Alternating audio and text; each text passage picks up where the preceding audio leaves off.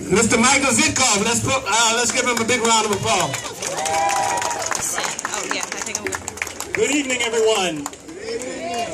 On February 2nd, we experienced one of the worst environmental disasters in our state's history when Duke Energy dumped 39,000 tons of coal ash into the Dan River, devastating entire communities and ways of life.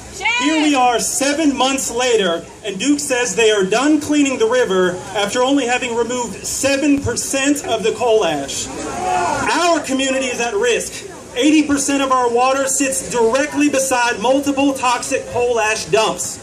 Unfortunately, the NC legislature has sided once again with the utility monopoly and not with the people of North Carolina. The NC legislature recently passed a bill that allows Duke to leave most of their toxic coal ash dumps in place, risking the health and economic well-being of communities across the state. Polls show that 93% of NC voters believe Duke Energy should pay for the coal ash cleanup.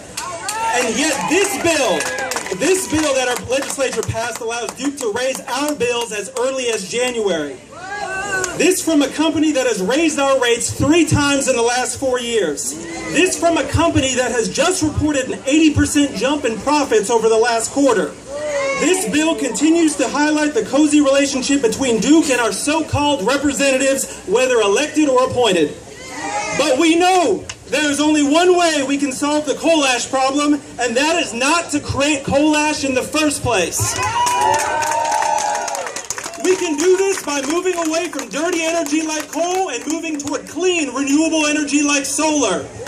Solar energy is more affordable than ever before. It is rapidly growing in North Carolina. Solar is the key to the new green economy. It is an investment in our future. As solar grows, so does the demand for green jobs, skilled jobs that pay a fair wage, that can support a family and that can support communities. Jobs that cannot be outsourced. Greenpeace is proud to have worked with many community partners, including the NAACP, to successfully bring solar to homeowners in our community through Solarize Charlotte.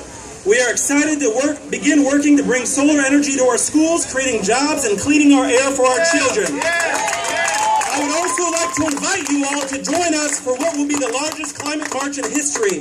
On September 21st in New York City, over 100,000 people will gather for the People's Climate March. This is an invitation to change everything. With our future on the line and the whole world watching, we will take a stand to bend the course of history. We will take to the streets to demand the world we need. A world with an economy that works for people on the planet.